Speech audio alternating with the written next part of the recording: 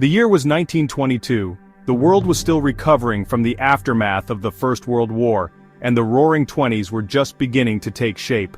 Amidst this backdrop of change and excitement, an extraordinary discovery was about to unfold in the sands of Egypt. In the Valley of the Kings, Egypt, a discovery would capture the world's imagination. This arid landscape, dotted with the tombs of ancient pharaohs, held secrets that had been buried for millennia. Howard Carter, a British archaeologist, had spent years searching for a hidden tomb. His dedication and perseverance were driven by a belief that there was still one great discovery to be made in the Valley of the Kings. This wasn't just any tomb, it was a tomb that had eluded grave robbers and explorers for centuries, a tomb that promised to reveal the untouched legacy of an ancient civilization. This was the final resting place of the boy king, Tutankhamun, a pharaoh who ascended to the throne at a young age and whose reign, though brief, left an indelible mark on history. For centuries the sands of time had concealed Tutankhamun's legacy. The desert had kept its secrets well, hiding the tomb from those who sought to plunder its treasures. His reign, though short, held a unique place in Egyptian history. Tutankhamun's story was one of mystery and intrigue, a tale that had been waiting to be told. Yet he was a relatively minor pharaoh. His name was not as renowned as Ramses or Cleopatra, but his tomb would become one of the most significant archaeological finds of the 20th century. His tomb, unlike those of his predecessors, had remained untouched by grave robbers. It was a time capsule, preserving the splendor and opulence of ancient Egypt.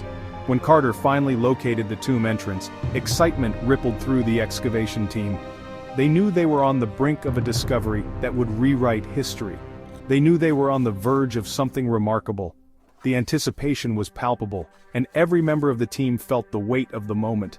A sealed doorway, adorned with ancient markings, hinted at the treasures within.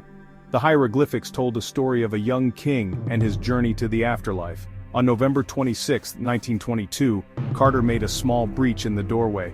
The moment was tense, filled with both fear and excitement. With trembling hands he peered into the darkness. What lay beyond was a mystery, a glimpse into a world long forgotten. A rush of stale air greeted him. The air had been trapped for thousands of years, a silent witness to the passage of time. As his eyes adjusted to the dimness, he uttered words that would echo through history. Yes, wonderful things. The treasures of Tutankhamun's tomb were beyond imagination, a testament to the grandeur of ancient Egypt. The discovery of Tutankhamun's tomb was met with global fascination. The world was captivated by the tales of the young pharaoh and the treasures that lay buried with him for centuries. Howard Carter, the archaeologist who led the expedition, became an overnight sensation. His meticulous work and unwavering determination had finally paid off, revealing one of the most significant archaeological finds in history. Newspapers published sensational accounts of the golden treasures and the young pharaoh's life. Headlines screamed of the boy king and the curse of the pharaohs, drawing readers into a world of ancient mystery and modern intrigue.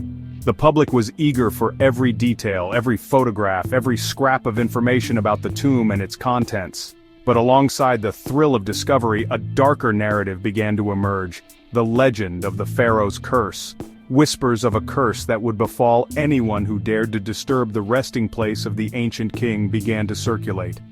These stories added an element of danger and foreboding to the already sensational tale. It started with Lord Carnarvon, Carter's patron, and a key figure in financing the excavation. Without his financial support, the tomb might never have been discovered. Carnarvon was deeply invested in the project, both emotionally and financially.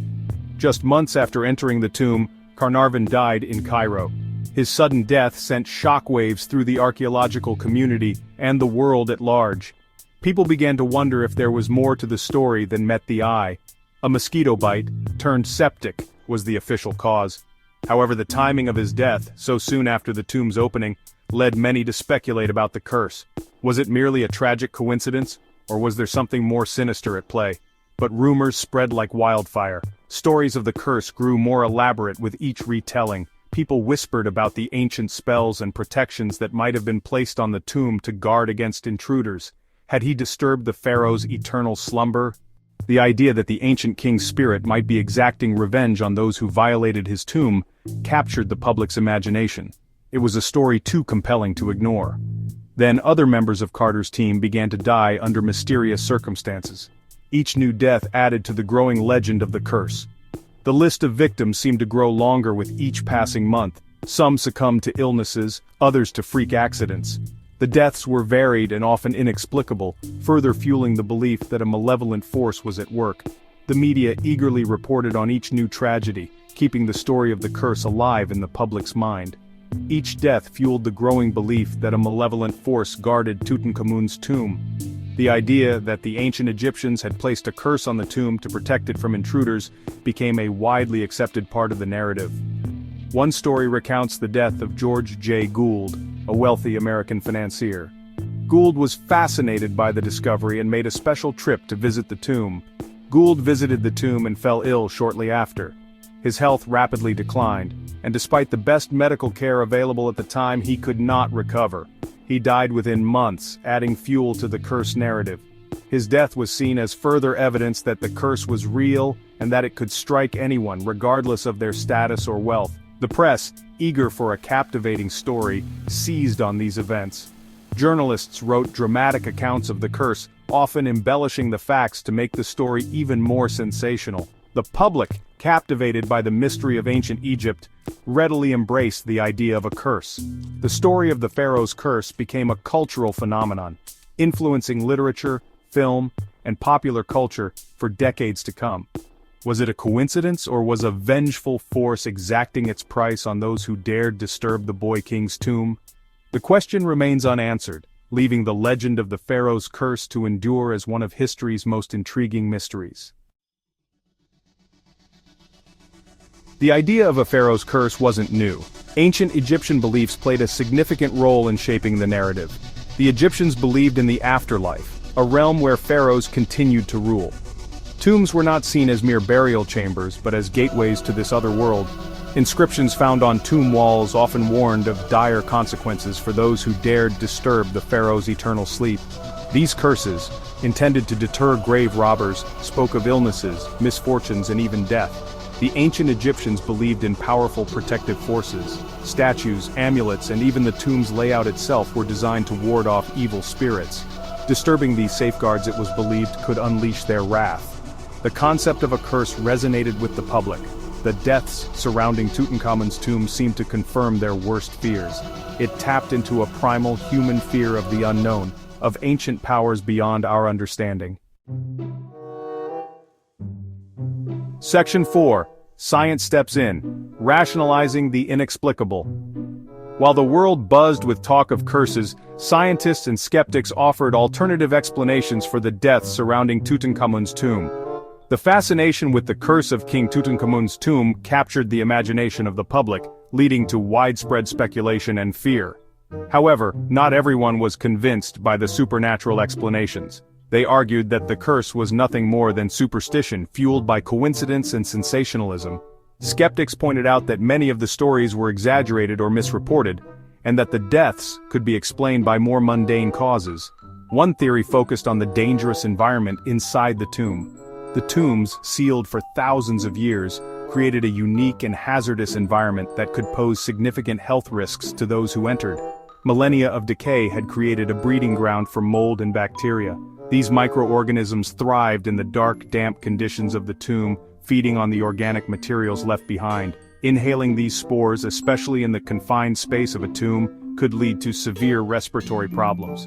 The symptoms could range from mild allergic reactions to serious infections, potentially fatal for those with weakened immune systems. Another theory pointed to the use of toxic substances in ancient Egyptian burial practices. The Egyptians used a variety of materials in their burial rituals, some of which were highly toxic. Some pigments used in paints and cosmetics contained arsenic, a potent poison. Arsenic was used for its preservative properties, but it could be deadly if ingested or inhaled over time. Prolonged exposure to these substances could have detrimental health effects. The scientists handling these artifacts without modern protective equipment were at risk of chronic poisoning. Furthermore, the average lifespan in the early 20th century was significantly shorter than it is today. Life expectancy was lower due to a lack of advanced medical care and the prevalence of diseases that are now easily treatable. Many of the deaths attributed to the curse were, in reality, not unusual for the time. The high mortality rate meant that sudden deaths were more common and less likely to be seen as extraordinary. Heart attacks, strokes, and infectious diseases were common causes of death. These health issues were rampant and often went untreated, leading to a higher incidence of fatal outcomes. Modern science continues to explore these historical mysteries, using advanced technology to uncover the truth behind the legends. By applying rigorous scientific methods, researchers aim to separate fact from fiction and provide a clearer understanding of the past. The story of King Tutankhamun's curse remains a fascinating blend of history, myth, and science, captivating the imagination of people around the world.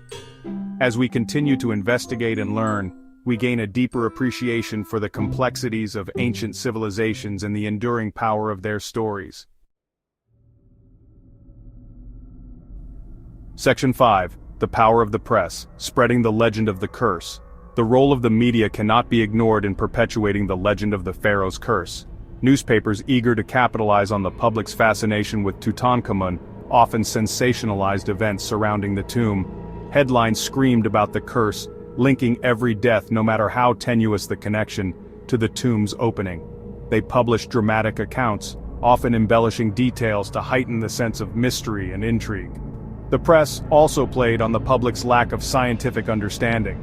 Without alternative explanations readily available, people were more likely to believe in the supernatural. The curse narrative provided a simple, albeit unsettling, explanation for the seemingly unexplainable.